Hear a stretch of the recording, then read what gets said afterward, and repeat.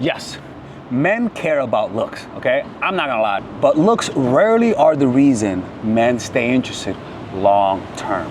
The women men truly respect, remember, and commit to long term possess these 5 traits that I'm gonna be talking about today.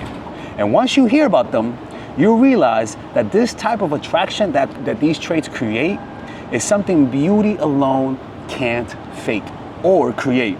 It's never too late to learn these secrets, and I'm about to reveal to them today. And we're gonna be revealing them through these presentation that I did. Now, people, this took over 10 hours to make and illustrate. So y'all better watch the whole video, or else I'm closing the channel. Okay? And if you guys want to purchase this, you can click on the description down below to purchase this. I don't know how much I'm gonna sell it for, but I'm gonna sell it for something, people. Right? You can have it on in your TV, in your home, in your room, so that y'all could remember this, and you guys can then tell people that you watch my channel. Let's begin with the video. Now, when I mean self-care, I'm talking about working out, eating good, cooking good, keeping yourself in shape, okay? Keeping yourself healthy. And the problem is that a lot of them use self-care as an insecurity, okay? When in reality, self-care should be an art, something that you do it because it's something that you want to get better at it, not to get attention, not to get somebody to like you, but because you consider your body an art. For example, like the temples, right? God says your body's a temple. Well, one of the reasons why temples were so beautiful, it wasn't just because it was praising God. It was also because it was a beautiful. It's not extrinsic motivation. It's more intrinsic motivation. So that means you want to change your why behind trying to look good. And when you're able to treat your body as an art, you do it because you just want to see how far you can take it. It actually does translate to looking good in general. The problem is that when you do it from a place of insecurity, you eventually will end up taking shortcuts, right? Doing things like, for example, a lot of women are taking a lot of people, not people in general, they take what's that thing? Thing that Oprah took, Ozempic, right? They'll do Botox. And look, I'm not here to judge you, okay? But that's what happens when you don't treat it as an art, where you practice cooking good, not because you want to lose weight, but because you want to get good at it, right? So find a way to change it and make it into an art, right? So I'm cooking good, working out, right? So intrinsically motivated rather than intrinsically motivated. And not only that, your progress becomes prolonged.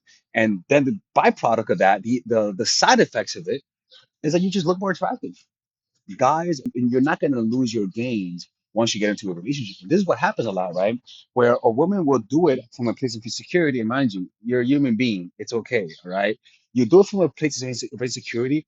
You get the guy, and then all of a sudden you stop taking care of yourself. It's because you didn't treat it as an art. Plain and simple. When you do it for the money, well, for example, basketball players, a lot of basketball players get try to get to the NBA because they want to make money. The ones that have a long career, the ones that have a successful career, are the ones that do it because of the art itself. Me, I play basketball every day, and I practice consistently, not because I want to go to the NBA, but because I just want to get good at it. And that allows me to be consistent for a very long time. And what you're looking for when it comes to your bodily health is consistency. And if you don't have the capacity to treat it as an art, well, you want to pray for that capacity. You want to ask God, I'll give me the desire to stay in shape for the sake of it, for the sake of being healthy. And what will happen is that all of the positive effects, a positive body image, attention from other people, right? Feeling good about yourself, being attractive will come as a byproduct, and you're not even going to pay attention. All right. So remember, self care, not insecurity, right? Self care, you do it, you use it as an art, not an insecurity. Changes why the why behind looking good applies to cooking, working out, every facet, even your mind. Like me with meditation, I do meditation. Well, first of all, I don't want to keep smoking weed, but I remember before I wanted to stop smoking weed, I wanted to get good at it because I just wanted to see what it was. I wanted to get good at controlling my mind. So I meditate consistently because for me, meditation is an art. And usually whenever you treat anything as an art, you do it really good. And that attention to detail doesn't come from insecurity. It comes from a place of security. And that translates over to your demeanor, everything about it. Now, next one is a sense of humor. Okay. Now, when I mean a sense of humor, I don't mean being a goddamn comedian. All right. I don't mean you saying what's the worst time to have a heart attack during the game of charades. Guys do not fall in love through your comedy. Okay, this is not a stand-up show. What I mean by sense of humor is very simple. Okay, it means that the product of the chemistry that you have and the trust and the time that you spend together, over time, you guys become funnier to each other. There's a lot of guys that are not funny that I see women laughing over the joke. And the reason why she laughs at his jokes is because she likes him, right? She's so emotionally open to him. That every a guy says shoe and she laughs. Okay. Now, two ways that it happens, like I said, chemistry, which a lot of times could be trauma, right? It could be a trauma bond. But then you develop so much, you develop long-term comfort, which is trust, that all of a sudden you guys laugh together. It's not a laughter because you said a funny joke. It's a laughter because you guys what feel relaxed, right? You release more oxytocin, right? You guys release more dopamine. So the laughter is not a comedic routine. It's a reflection of the trust that you guys have together. Okay. And sense of humor is also shared laughter. And that shared laughter is actually kind of cool because this is actually something that you can use when you have a long distance relationship too. It works in person and through text. In fact, shared laughter, shared jokes makes the guy want to see you in real life.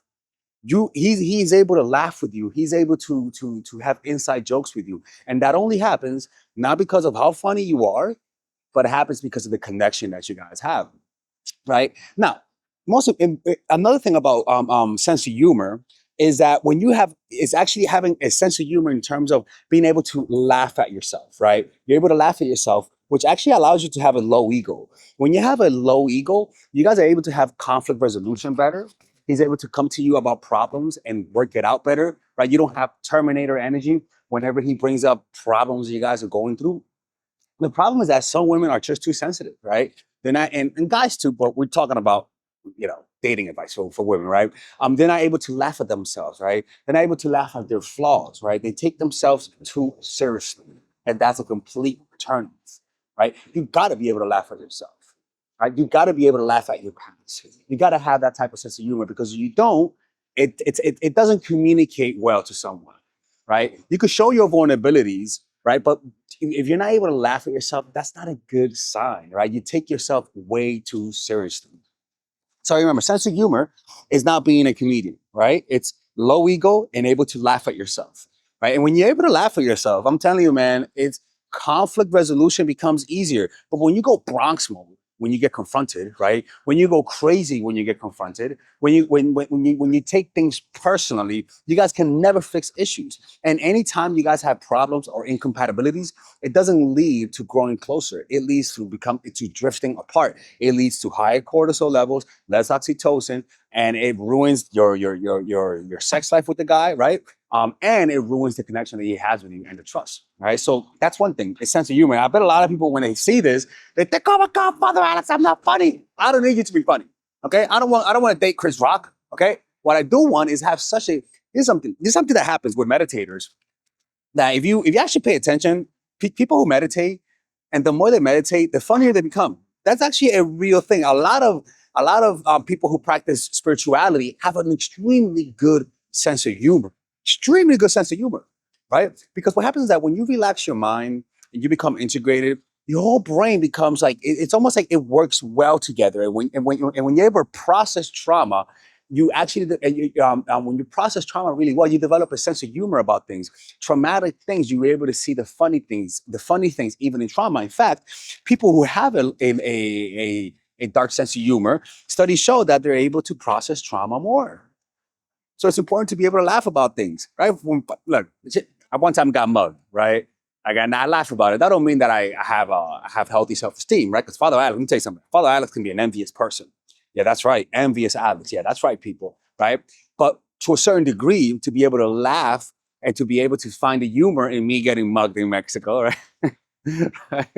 right? That's an indication of some positive potential. You know what I'm saying? It doesn't mean that I was completely healed, but it just means that I had the potential to become a better person, right? So remember, sense of humor doesn't mean that you're funny, doesn't mean that you have a stand-up routine.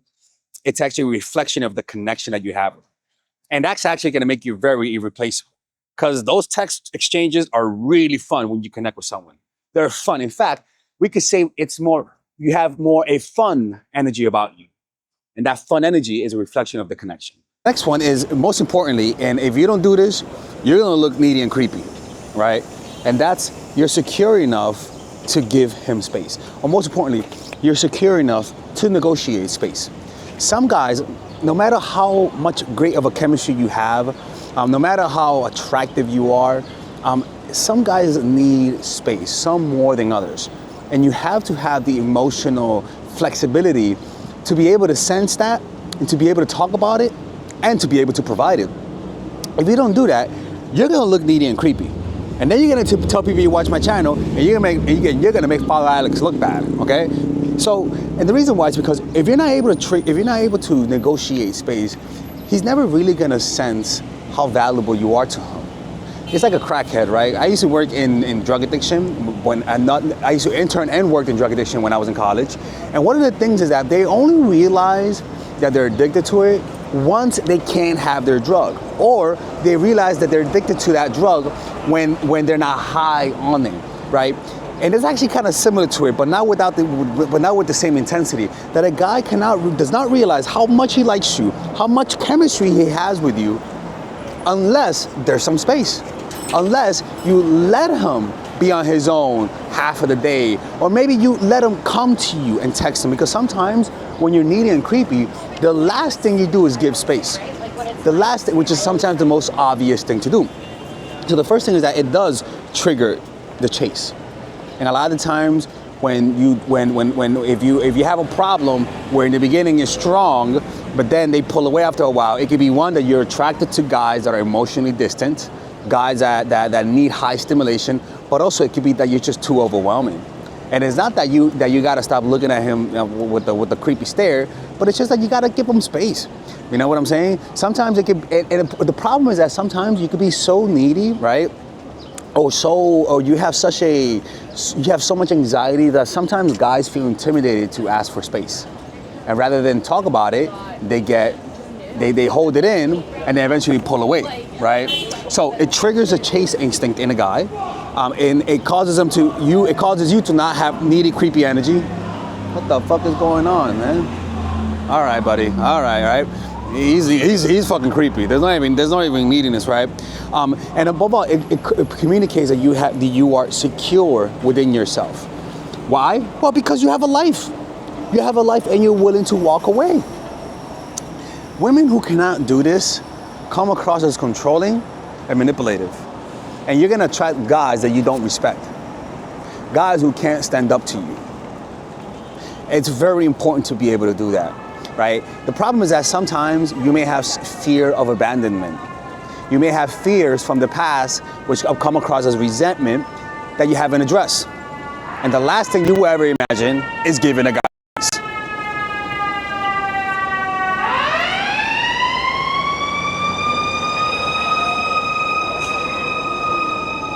Swear to God, people cannot stop burning down their houses. And when you do this, you have aura, right?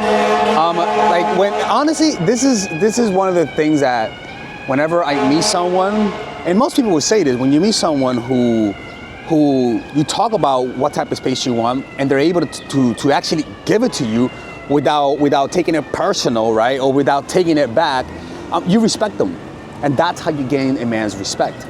You know, and if you're not emotionally regulated, if you don't have a support system around you, if you don't have a life, if you don't have things that you do, if you don't have other values in life, you're not going to be able to do this. And when you do this, you're going to do it with some resentment, and he's going to sense it. He's going to say, "Oh, fuck with it, man. This girl cannot. I gotta, she's going to act passive aggressive when I want space." Like me, for example, Father Alex, I like to play basketball at night. Like, I like to have my distance, to be honest with you. It's something I gotta work on, you know what I'm saying? But I do like to have my distance, and I've encountered the extreme where women don't have a problem with that, and they actually give me the space, and it works out perfectly, right? And even though I haven't had a relationship in a while, but you know what I mean. But then I've encountered the ones that get very manipulative, that get passive aggressive, right? That they say yes, but deep down they're resentful, and so they start acting manipulated. right? Rather than respect my space, they overwhelm me with it. They overwhelm me with attention, right? Or they start doing manipulation shit, trying to get me jealous, right? And that's not how you do it, because any healthy guy's gonna want some space. And nothing makes a woman look unattractive more than a woman who just doesn't have the life or the emotional capacity to be on her own. And I'm not asking y'all to be a bunch of Terminators and be completely happy, because that's what a lot of YouTubers teach women to be completely cold. But you just have that capacity, right? And usually, I'm gonna talk about it in another video about how to do that, but give a guy space, okay? Give him space, or else you're gonna suffer the consequences. Now, when I say free of baggage, what do I mean by this, okay? Free of baggage doesn't mean kids, people, okay? It don't mean your little kids, right? It don't mean the little Tommy, little Bob the baby. I'm not referring to that, okay? The type of free of baggage that I'm referring to is particularly free of envy and free of resentments, okay?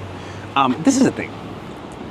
Nothing will ruin your energy more than a person who is full of resentment and full of envy. It's actually one of the mortal sins of the Bible. A person who is free of envy, and generally they're less manipulative, less materialistic, they have better spending habits, and one of the things about them is that as a guy, you feel like that type of woman is more faithful, right? Because when you're an envious woman, you will always want better. You always want more. You're happy with what you have until you see somebody else be happy with something else. You're more prone to mimetic desire, meaning you want something all because somebody else wants it. And your desires aren't truly your desires. But because somebody that you follow, right, somebody that you admire wants those things, all of a sudden you want it. But then once you have it, you don't want it. And a lot of women will get with guys because mimetically they want that guy because somebody who they admire wants him too. They admire the ballers, they admire the guys that are materialistically rich, the best of the best. But then when they date that guy, they realize that that's not the type of guy that they want. But guess what? They start getting resentful, right? And so when that woman meets a good guy, all of a sudden that good guy is gonna have to deal with the weight of her resentment. And that guy's not gonna tolerate it, or he'll tolerate it and you'll end up losing respect, okay? So a woman who's free of baggage is a woman who has, one, liberated herself from the resentment, from the envy. And the first thing you gotta do is become conscious of it. Be conscious of your resentments.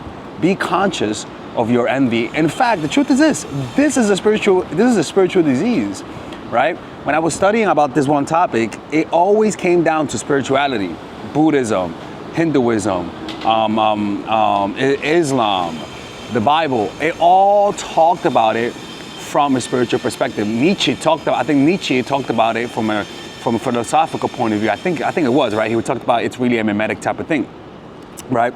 So this is why powerful people all want the same thing, right? Powerful person will want to destroy people, will want to abuse people. The reason why is because they admire somebody who was strong and powerful, and they almost like inherit every desire that they have, which explains the island, if you know what I'm talking about, right? Why does every fucking billionaire seem to do that, right? Well, because they admire powerful people, and inadvertently they also download the negative along with the goodness. That's why power can corrupt you, because sometimes you follow and you want to be like powerful people, and you end up wanting to do the things that they do. And if you don't have a connection you don't have a spiritual connection, you're gonna end up getting resentful, right? So when you are free of all those feelings as a guy, I feel you as though you're less manipulative. You're easier to trust.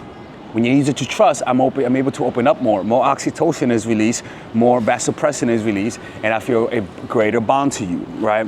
You're more peaceful, right? So when I'm around you, I'm able to relax. More oxytocin is released, a deeper bond, right?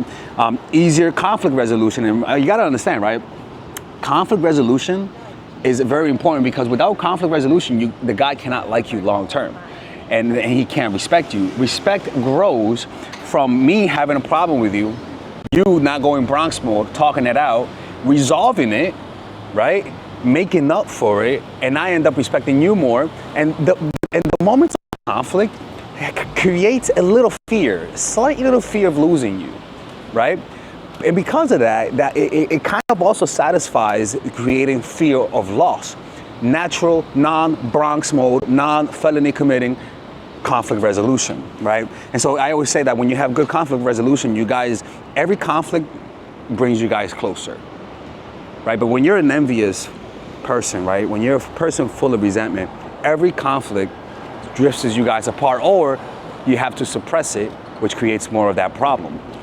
An example of that is Johnny Depp's wife, okay? Johnny Depp's ex. I'd never seen a more beautiful woman look ugly in my life.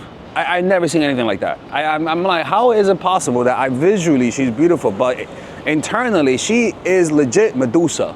I do not want to be around her. Why? Because a bitter woman is something that people it's just not attractive. A bitter person, to be honest with you. But socially speaking, society treats bitter women worse. I don't know, like Father Alex did not make the rule how it is. And that's because it almost creates like a push response. It's like, oh, it's nasty that you're so bitter. It's an unattractive quality, right? A man around you, when you free yourself of the resentment or the bitterness, and I'm gonna tell you guys how to do that, he'll say, I can relax around her. She's not gonna stab me. She's not at war with me, with herself or others. And you have positive relations with people. Even when you have kids, a woman who's free of envy, let me tell you something, man. When you're free of envy as a woman, you let your kids grow as they should. If your kid comes out gay, you're okay with that. Why? Because you're not comparing yourself to fucking Melissa with the straight child, right? You're not living for other people, and that ruins relationships when you live for other people, right? And the and so this is actually so important, man, because this is how you grow a healthy family, right? And this is how you break generational curses. And how do you do that? Well, let's actually go with this, right? When you fear resentment, you're less passive aggressive, which once again, better conflict resolution, which allows attraction to grow over time. No scorekeeping, right? And above all, most importantly, you attract guys that are good for you. When you have resentment, you replay that story in your mind of the people who didn't meet your needs, right? And you replay it, and you unconsciously, whatever you think about, you create. And so you attract that same person. And no matter what you do, you keep attracting that, which then creates a victim complex, which then you're attracting toxic people, the people who hurt you, which usually comes from our caretakers, and you develop a defense mechanism from it, which repels good guys and pushes away and attracts bad guys, but also you become uglier emotionally. You become insufferable to be around. And you'll never understand why. Because the ego has a tough time allowing you to see that you actually feel envious and you actually feel resentful, right? Because sometimes your resentment is justified. People did you wrong, but that don't mean you should hold on to it. So how do you free yourself from it, right? How do you free yourself from this type of like resentment? Well, like I said, you can't think your way out of it. It's becoming aware of it, right? Becoming aware of it, becoming aware that you're resentful and that you're bitter. And observing that emotion, developing a meditation practice. And the next thing is praying, because again, this is something, if humans, by our very nature, we are envious. It's actually hardwired in us to compare ourselves to other people. And so because it's a worldly quality that we're all born with, you have to almost get that. You almost have to get something stronger than you, something that transcends you to take it away from you. It's a real thing. You can't take that away. You really cannot, honestly. This is something, I'm naturally a very envious person. And what I've learned is that if you actually pray to remove that envy, the key is to identify it, right? And if you don't know how to see it, just ask the Buddha, ask Allah, ask whatever you believe in to show you whether or not you're envious, to show you. You're gonna see it.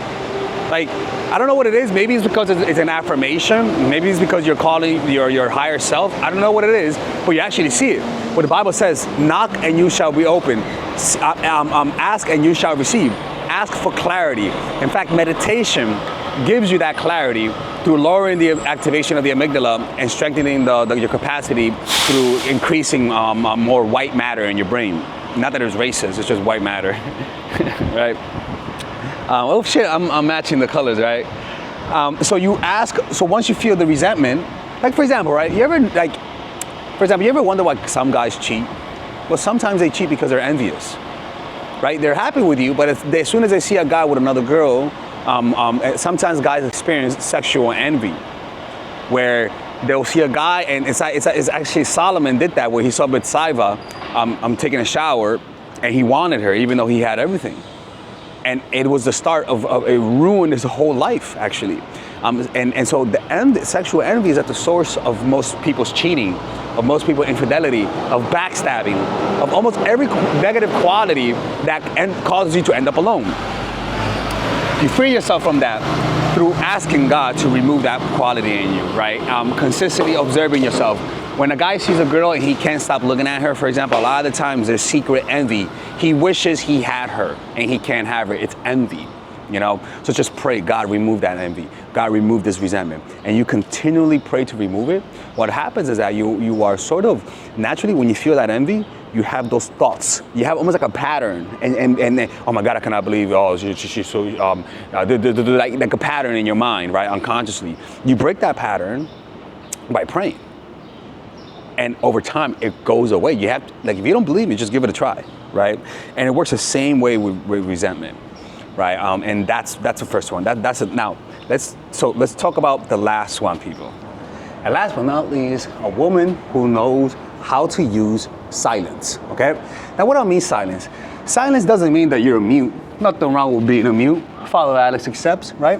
And I mean silence first of your mind, okay? A woman who knows how to silence her mind. A woman who's unreactive. A woman who knows how to think before she speaks. Who doesn't go Bronx mode when things go wrong. When you have an overreactive mind, when you're always overthinking things, as you can see right here, she's like, shh. When you're always overthinking things, you're always gonna make mistakes. You're gonna say things that's gonna lower your value. And that energy is gonna attract the wrong person, right? And how do you silence your mind? You want to be able to observe your breath. Observe the breath in and out. Something that's repetitive and something that grounds you in the body. Observing the sensations of the body, especially of the breath, naturally calms the mind. Why? Because when you don't feel your mind then starts to overreact, starts to get into fantasy. When you ground yourself in a physical sensation, you ground yourself in reality, which naturally takes you out of your fantasy, which is where all your suffering is, and allows you to react to things according to how they truly are. The next thing is not just silence of the mind, right? It also creates aura. When you calm your mind, you calm your nervous system. The way you speak calms down, the way you move, the way you breathe, even the way you freaking blink. And that creates an aura that guys can relax in your presence, okay? The next thing is that your actions speak louder than words, right? There comes a time when you tell people your standards and they don't listen. You have a bunch of guys that are cabeza dura and very sinvergüenza. And the more you talk, the more you lower your value. Sometimes there are things you only gotta say once or twice. After that, you gotta take action. If you keep talking and yapping, the guy is gonna lose respect. So that means that if you set boundaries and he doesn't pay attention, he doesn't listen, sometimes the solution is to walk away. And when you walk away in silence. You don't walk away Bronx mode with the cops outside in the street. You don't walk away screaming and yelling. That makes you look weak. And a man who is looking for strength will never come back to that. What you want to be able to do is for him to tell that I'm serious about my standards. So that if he does come back, he comes back more docile, more relaxed. But we're not here to do this for the sake of power. We're here to do this to disqualify guys that are not good for you. Guys that don't have the type of energy that you don't have to walk away from them. Let me tell you something, when the guy is right for you, most likely you'll never have to walk away. You'll never have to walk away. When the guy is right for you, walking away is something that just will not happen. Things would happen smoothly. In fact, things are very easy, right? So your actions speak louder than words. Nothing's worse than a woman who keeps saying I'm gonna leave and never leaves. You're wasting your time. I don't care what he thinks about you. I'm saying you're wasting your time. You know, the most valuable thing you have is your time. You got to know when it's time to walk away, so that you can save all of the positive traits about you for the right guys. Because when you stay with a guy that you consistently have to tell you that you're going to walk away from, when you meet the right guy is not going to want to be with you. because you wasted all of your positive energy on that scene by the winning side. So remember, men love women who see self-care as an art, not an insecurity.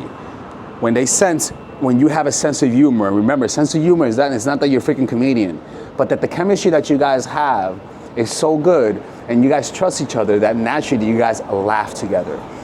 When the woman is secure enough to give a guy space and to be able to sense when a guy needs space.